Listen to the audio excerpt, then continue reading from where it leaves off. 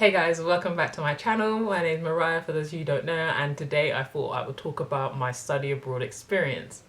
So, at the end of my second year in 2018 to slash 2019, I went to the College of Charleston in South Carolina. Now that I have officially graduated, I can now say that it was definitely the best year of my whole university experience for various reasons. So, the first reason I would say it was definitely the best is because I met great people, so I made great friends. I got to learn a lot about myself while I was away, and obviously, if you've watched my Get to Know Me video, you know I absolutely love to travel, so traveling opportunities was definitely a big reason why I absolutely loved the year. In this video, I'm going to cover my application process, housing slash meal plans, friendships, academic side of things, and of course, travel. So when it came to applying, I had like an opportunity to look at various universities worldwide because my university has partnerships with many worldwide universities. But as a sport and exercise science student, I felt for me it was best to focus on America, Canada, or Australia, as their countries mostly known for sports science. So focus there. A funny story is I originally never applied to study in America. I applied to study in 2 universities in Canada and 1 in Australia. Obviously, I didn't get them, and that's how I got into America. But what happened was, I got an email basically saying that the places I wanted originally were full and that I wouldn't be able to study abroad. Obviously, I was upset because it was one of the reasons I transferred university, because I wanted to study abroad.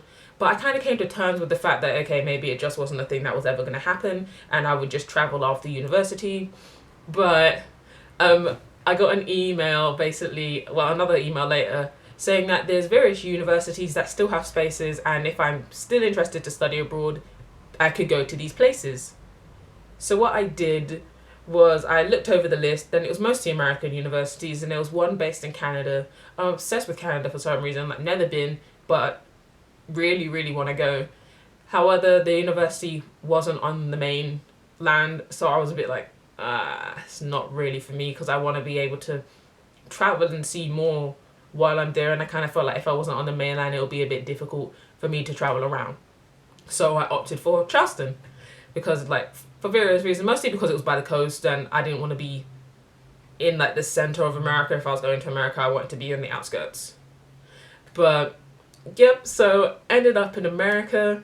Before I forget, when it came to applying to the other places, what my university had us do was complete a research sheet, basically proving that we checked the prices to fly there, the price of living, nearest airports, those kind of things. And we also had to write a personal statement as to why we wanted to study abroad and what we would gain from it. I think it was more just to check that we weren't kind of just doing it for the sake of doing it.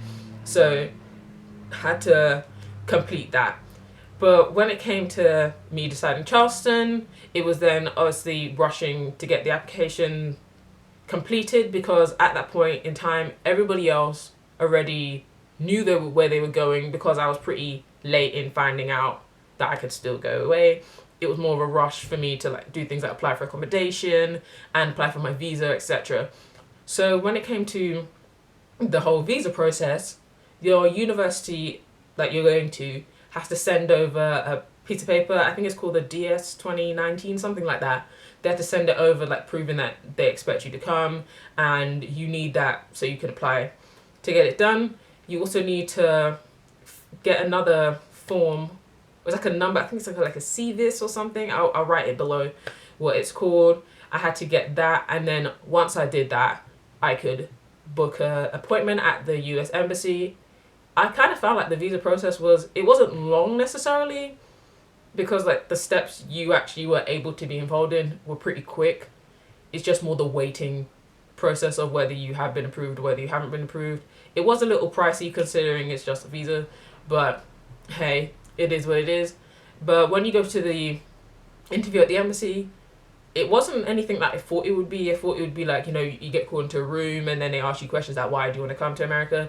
It was more like you get called up to a desk and they do ask you why you want to go to America. And obviously you say you're going to study abroad. That's just the basics. While you're there, they also get your prints and they scan your eyes and they take your passport at the end, and they will send it to you at like a certain location, so you have to go pick up your passport and your visa will be printed in it. So that's how that side of the application process went. When it also came to like applying for housing and stuff, that was done obviously through the university. So as I previously mentioned, you apply directly through the university. When it comes to accommodation, the accommodation application process is basically the same as you would go through in the UK, where you have a list of accommodations available and then you put them in an order of your preference and go from there. So that's what I did. I got a place called Kelly House. I was there when they were renovating it. It was a nice, cute little place. The one thing I must say about the accommodation they had over there is that I felt like, I don't know if it was just mine, but I felt the room was pretty bare. In terms of that, I didn't get everything that I kind of used to getting here. I'm not saying it like I didn't get what I wanted kind of thing, like in a spoil way, but it just in terms of it was just something that I wish I had known before.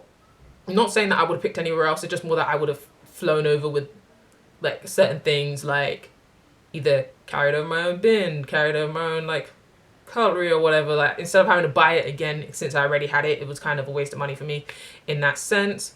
But you know, it is what it is, because it was a bit frustrating as I didn't fly back with any of it. So yeah, just something to be aware of. If you can find photos prior to like going over, try and do that. I couldn't find videos or anything about my accommodation I was staying in, so it wasn't necessarily like a thing I could avoid really. But it is what it is. When I stayed in Kelly House, I stayed in a flat with 4 other girls. 3 of them had their own bedroom and they shared a bathroom, and I was in the shared bedroom, and I had roommates and we shared a bathroom. So yeah, the whole roommate situation, it was definitely a situation. Yeah, it's just the best I could put it is that it's not a thing I would be rushing to do again. That's for sure. In the UK, I'm kind of used to just having my own room. So like, own room, share the shower, cool, or not have to share anything but the kitchen. I like that. I like that I can have my own space. And I'm not saying that you're not able to do that. You are able to do that. There's an option for you to apply for your own bedroom. But I ain't get that kind of money. And yeah, no. I ain't rich, okay? I don't have the money to be paying, I think it was like $5,000 for your own room. I think that was each semester. No, not doing that. Considering that you won't spend that much time in the room. So it was just, I had to have hope and, you know, see whatever happens, really. But yeah, I just hope whenever anybody else goes, they kind of get a better experience when it comes to having a roommate. But it did look up in the second semester, that's all I can say. But yeah, it's just things to bear in mind if you want to read in between the lines, you know. When it came to meals, I opted for a meal plan. I just decided it would be the best option for me. It made it so that getting food would be something I didn't have to stress about while I was over there. I didn't have to worry about how far the shops are, how expensive everything would be, because I found that over there it wasn't very easy to remain healthy while you're over there, and with my allergies it kind of made it harder on what I could and couldn't have over there. But it is what it is. In the first semester of me being there, 2 of the dining pavilions were open. I believe it was Liberty, and I can't remember what the name of the place is called, but it was in the cistern, and that one had food I couldn't eat. But Liberty, I liked Liberty. Me and my friends would go there and eat in Liberty and just chill. I like that they have a variety of food, so it's not like, oh, you're going in there for a vegetarian dish, you can go there for this, and you can go for a salad or that. And I also really like that you don't lose more swipes depending what you get. It's just one swipe, no matter the meal. The meal plan I chose gave me the option to have 2 meals a day in the dining facilities if I wanted. It also had coins alongside, so I could use them in Chick-fil-A. So I would have the spicy chicken sandwich meal. So that was definitely a perk of having the meal plan. Since I've already mentioned friendships, I might as well speak on that now. I had my 3 main friends that I hung out with. We spent day in and day out together. We would do cool things. So like one of my favorite memories is where we were watching Game of Thrones, and like we had pizza and Mad Dog. If you know about Mad Dog, you know. Yeah, so I remember just having like Game of Thrones on, pizza in one hand, Mad Dog in the other hand, just like bite, sit, bite, sit. It was literally like, yeah, moments like that, or when you go cinema or like trampoline park, little things like that is what I liked. So I hung with those guys, or if we're in the game room, or people were cheating at Mario Kart, but no names are going to be said. Or yeah, things like memories like that are just things that you can really hold on to. I'd say that you can make friends anywhere. Honestly, you can make friends inside class, outside of class, etc. It's kind of the same as you do here. One thing I kind of noticed in my own personal opinion when it came to making friends inside class, I felt like people would be calm with you in class and they'd be like, "Hey, Mariah, da da da da da," whatever. But then outside the class, you're like, "Hey," and they're like, "Who is she?" And I'm like, "Oh, okay." Not in a malicious kind of way. I think it was just not kind of how they do things. That's kind of how I observed it. I was also friends with some of the other international students because like obviously they're going through the same situation I'm going through. They're more understanding that this isn't their home and this isn't their home university. So we're all adjusting together. So it was nice having people you could relate to about that kind of stuff. And yeah, like just I'd say try and make as many friends as you can as possible. Obviously, it's hard to juggle friendships when you go back home, but I have international friends and we managed to make it work. But yeah, just make as many memories as you can with these people. And I absolutely miss my friends. Like, I love them guys, and I really hope to see them soon. Like, just really hope it will happen one day in the near future. During your year abroad, quite a lot of your time is obviously spent in the classroom. You're there to learn. So we got to select our own modules. Over there, you select your own timetable in terms of you pick your classes and you know what time they're running at and you know who's running them. And you just be like, okay, do I want the Monday, Wednesday, Friday classes or do I want the Tuesday, Thursday classes? And I think it's a good thing because if you want to work, you can balance your time around that. I feel like it's something they could maybe do in the UK, which would be pretty good because then people would be able to work alongside things. But over here, obviously, we don't necessarily get the choice to select our modules and we don't know the time they're running at.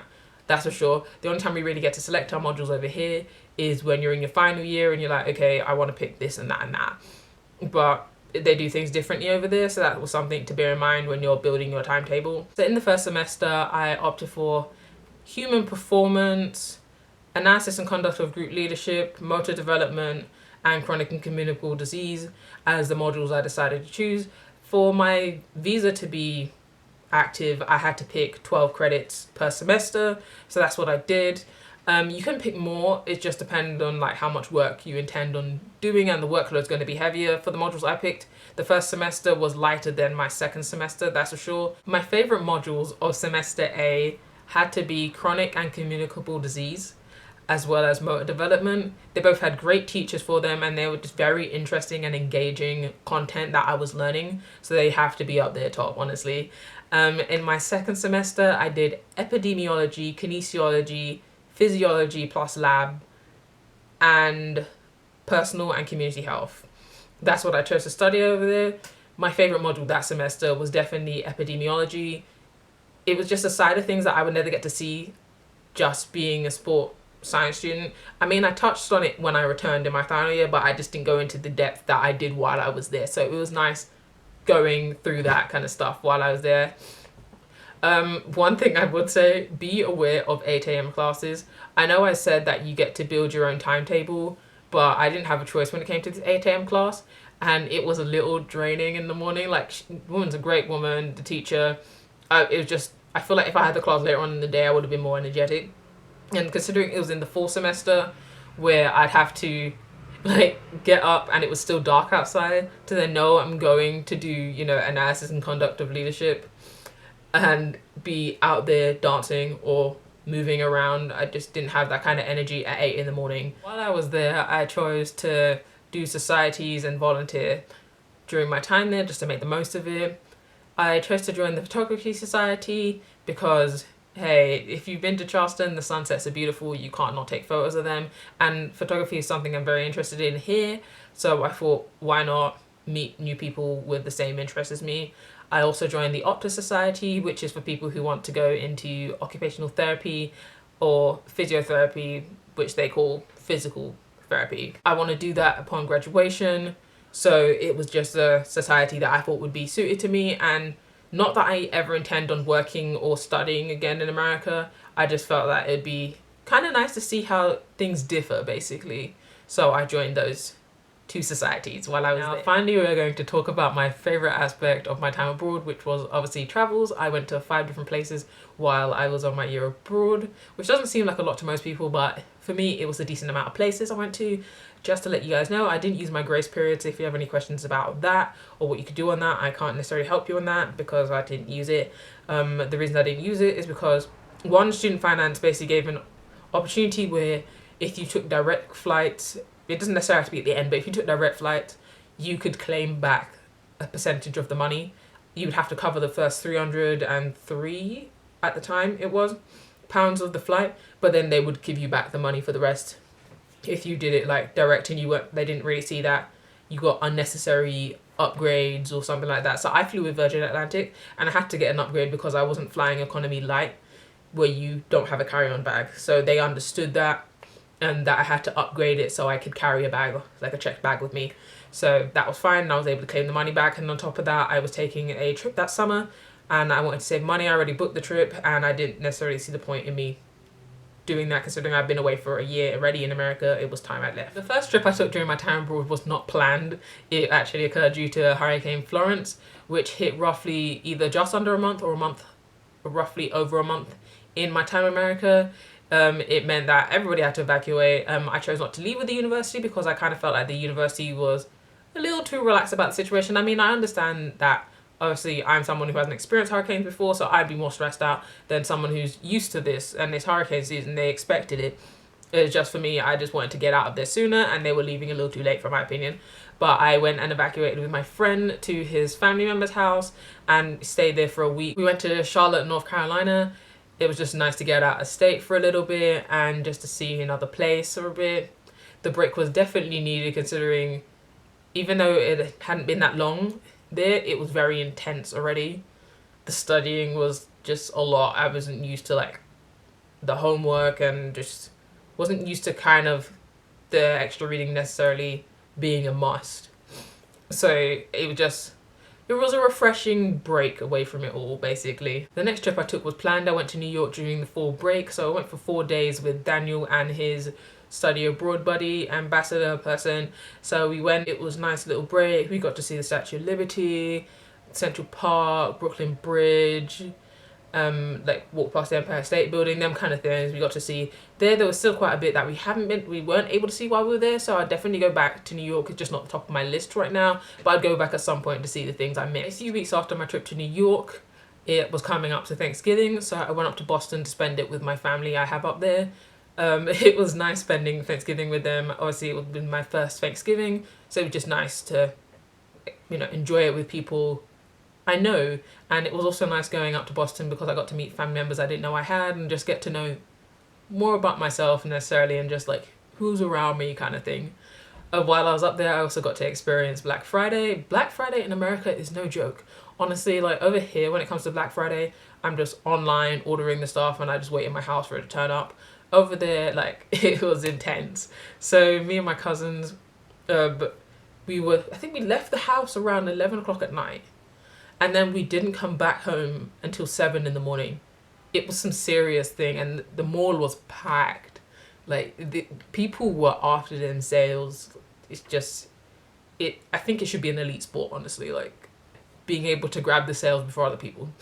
But it was definitely a great experience and one I would definitely treasure. Before those trips, I forgot to mention I did go to Atlanta for 2 days, but I didn't really mention it because it was very quick. I literally went to see another family member. I've got an uncle over there, so I went to see him, but it was very brief. But in the second semester, I did go back to Atlanta. Before I went to Atlanta, I took a trip to the Bahamas. During spring break, I stayed with my great friend from last time who let me evacuate with him. We stayed at his place in the Bahamas, which was lovely. Got to do like some great things. The beaches there are amazing, the people are amazing, and the water is just, oh. During the time there, we got to see the pigs, the sharks, feed the iguanas. It was just an all-round great experience. At the end of the year, just before I returned back to England, I took a trip to Atlanta. As I mentioned, I spent 2 days in Atlanta prior, but it wasn't really fair that I would only spend 2 days with my family in Atlanta and then spend a week with my family in Boston. So I went back to Atlanta for a few days, maybe I think it was like 4 or 5 days.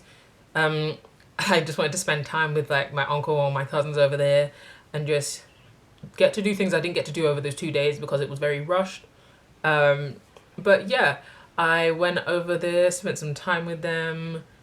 It was nice and chill. I didn't get to see the city of Atlanta because my uncle doesn't live in the city. He lives out in the suburbs. So I don't know anything about the city. I don't know if I'll ever go back just to see the city.